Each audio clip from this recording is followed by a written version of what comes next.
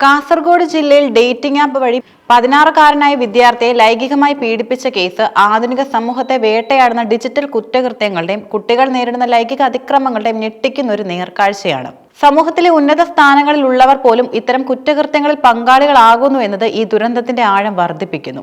16 പേരെ പ്രതി ചേർക്കുകയും അതിൽ ഉപജില്ലാ വിദ്യാഭ്യാസ ഓഫീസറും റെയിൽവേ പ്രൊട്ടക്ഷൻ ഫോഴ്സ് ജീവനക്കാരനും യൂത്ത് ലീഗ് നേതാവും ഉൾപ്പെട്ടത് ഈ കേസിന്റെ ഗൗരവം വർദ്ധിപ്പിക്കുന്നു. 2 വർഷത്തോളം നീണ്ട പീഡനമാണ് ഈ കേസിൽ പുറത്തു വന്നിരിക്കുന്നത്. സവർണ അനുരാഗികൾക്കായുള്ള ഡേറ്റിംഗ് ആപ്പ് വഴി വിദ്യാർത്ഥിയുമായി ബന്ധം സ്ഥാപിച്ച പ്രതികൾ കുട്ടിയെ ജില്ലയിലെ പല സ്ഥലങ്ങളിലേക്കും കൂട്ടിക്കൊണ്ടുപോയി പീഡിപ്പിച്ചു. ഈ കുറ്റകൃത്യം ഇത്രയും കാലം പുറത്തറിയാതെ പോയത് എങ്ങനെയാണെന്നത് ഈ കേസിൽ വരുന്ന പ്രധാന ചോദ്യമാണ്. കുട്ടിയുടെ കുടുംബത്തിന് കേസുമായി ബന്ധപ്പെട്ടുണ്ടായ ഭയവും സാമ്പത്തികപരമായ ഇടപെടലുകളും ഇതിന് കാരണമായിട്ടുണ്ടാകാം. ഈ കേസിന്റെ പ്രധാന ആകർഷണം ഒരു ഡേറ്റിംഗ് ആപ്പിന്റെ ഉപയോഗമാണ്. ഇന്റർനെറ്റ് ലോകത്ത് കുട്ടികൾ നേരിടുന്ന അപകടങ്ങളെക്കുറിച്ച് ഈ സംഭവങ്ങൾ വീണ്ടും ഓർമ്മിപ്പിക്കുന്നു.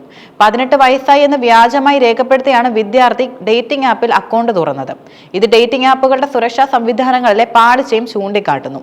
പ്രായം തെളിയിക്കുന്ന രേഖകളോ മറ്റ് കർശനമായ പരിശോധനകളോ ഇല്ലാത്ത ആപ്പ് അക്കൗണ്ടുകൾ നൽകുന്നത് കുട്ടികളെ വലിയ അപകടങ്ങളിലേക്കും നയിക്കുന്നുണ്ട്.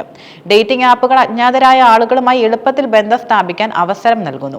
ഈ സൗകര്യം കുട്ടികളെ ലൈംഗികമായി ചൂഷണം ചെയ്യുന്നവർക്ക് എളുപ്പത്തിൽ ഇരകളെ കണ്ടെത്താനും സഹായകമാകുന്നു. ഈ കേസിൽ സമൂഹത്തിലെ വിവിധ മേഖലകളിലുള്ളവർ പ്രതികളാണെന്നത് ഞെട്ടിക്കുന്ന കാര്യമാണ്.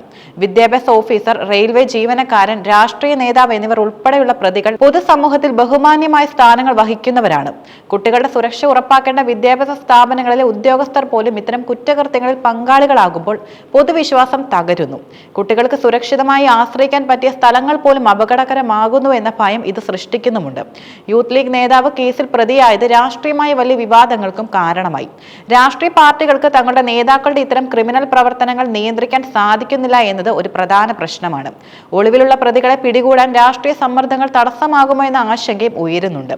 1 വർഷത്തോളം നീണ്ട അന്വേഷണത്തിന് ശേഷമാണ് ഈ കേസ് പുറത്തു വന്നത്. കുട്ടിയുടെ മാതാവ് പരാതി നൽകിയില്ലായിരുന്നുവെങ്കിൽ ഈ സംഭവം ഒരുപക്ഷെ പുറം ലോകം അറിയില്ലായിരുന്നു. കുട്ടികൾക്ക് നേരെയുണ്ടാകുന്ന അതിക്രമങ്ങൾ എത്രയും പെട്ടെന്ന് കണ്ടുപിടിക്കാനും നടപടിയെടുക്കാനും പോലീസിനും നിയമ സംവിധാനങ്ങൾക്കും കൂടുതൽ വേഗത്തിൽ പ്രവർത്തിക്കുകയും ചെയ്യണം. മാതാപിതാക്കളുടെ ശ്രദ്ധയാണ് ഈ കേസിൽ നിർണായകമായി വഴിത്തിരിവായത്. വീട്ടിൽ ഒരാളെ സംശയകരമായി കണ്ടത് മാത്രമാണ് ഈ ക്രൂരത പുറത്തു വരാൻ കാരണമായത്. മാതാപിതാക്കൾ കുട്ടികളുടെ ഓൺലൈൻ പ്രവർത്തനങ്ങളെക്കുറിച്ച് കൂടുതൽ ശ്രദ്ധാലുക്കളായിരിക്കണമെന്നും ഈ സംഭവം ഓർമ്മിപ്പിക്കുന്നു. മാതാപിതാക്കളും കുട്ടികളും തമ്മിൽ തുറന്ന ആശയവിനിമയം ഉണ്ടാകണം. കുട്ടികൾക്ക് ഏത് പ്രശ്നവും തുറന്നു പറയാൻ കഴിയുന്ന ഒരു സാഹചര്യം വീട്ടിലുണ്ടെങ്കിൽ പല ദുരന്തങ്ങളും ഒഴിവാക്കാൻ സാധിക്കും. കുട്ടികൾക്ക് ഓൺലൈൻ സുരക്ഷയെക്കുറിച്ച് വിദ്യാഭ്യാസം നൽകേണ്ടതും അത്യാവശ്യമാണ്. അജ്ഞാതരുമായി ഇടപഴകുമ്പോൾ ശ്രദ്ധിക്കേണ്ട കാര്യങ്ങൾ, സ്വകാര്യ വിവരങ്ങൾ പങ്കുവയ്ക്കുമ്പോൾ ഉണ്ടാകുന്ന അപകടങ്ങൾ, സൈബർ ഭീഷണികൾ എന്നിവയെക്കുറിച്ച് കുട്ടികളെ ബോധവൽക്കരിക്കണം. പോക്സോ നിയമം കുട്ടികളെ ലൈംഗിക അതിക്രമങ്ങളിൽ നിന്ന് സംരക്ഷിക്കാൻ വേണ്ടിയുള്ളതാണ്. ഈ നിയമങ്ങളെക്കുറിച്ച് കുട്ടികളെയും മാതാപിതാക്കളെയും ബോധവൽക്കരിക്കണം.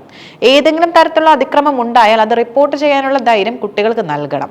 ഈ കേസിൽ യൂത്ത് ലീഗ് നേതാവ് ഉൾപ്പെടെയുള്ള പ്രതികൾ ഒളിവിൽ പോയത് അന്വേഷണത്തിനൊരു തടസ്സമായി നിൽക്കുന്നു. ചന്ദേര, നീലേശ്വരം, ചിമ്മേനി, വെള്ളരിക്കുണ്ട്, ചിറ്റാരിക്കൽ എന്നീ പോലീസ് സ്റ്റേഷനുകൾ സംയുക്തമായി ഈ കേസ് അന്വേഷിക്കുന്നുണ്ടെങ്കിലും ഒളിവിലുള്ള പ്രതികളെ എത്രയും വേഗം പിടികൂടേണ്ടതുണ്ട്. ചുരുക്കത്തിൽ ഈ പീഡന കേസ് ഒരു കുട്ടിയുടെ ജീവിതത്തിൽ നടന്ന ദുരന്തം മാത്രമല്ല, അത് സമൂഹത്തിലെ ഒരുപാട് പ്രശ്നങ്ങളെയാണ് തുറന്നു കാണിക്കുന്നത്.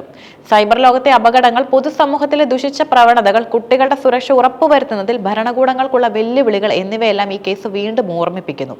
ഇതിന് ഉത്തരവാദികളായ എല്ലാവരെയും നിയമത്തിന് മുന്നിൽ കൊണ്ടുവരികയും ഭാവിയിൽ ഇത്തരം ദുരന്തങ്ങൾ ഒഴിവാക്കാൻ ശക്തമായ സാമൂഹിക നിയമപരമായ നടപടികൾ എടുക്കുകയും ചെയ്യേണ്ടതും അത്യാവശ്യമാണ്.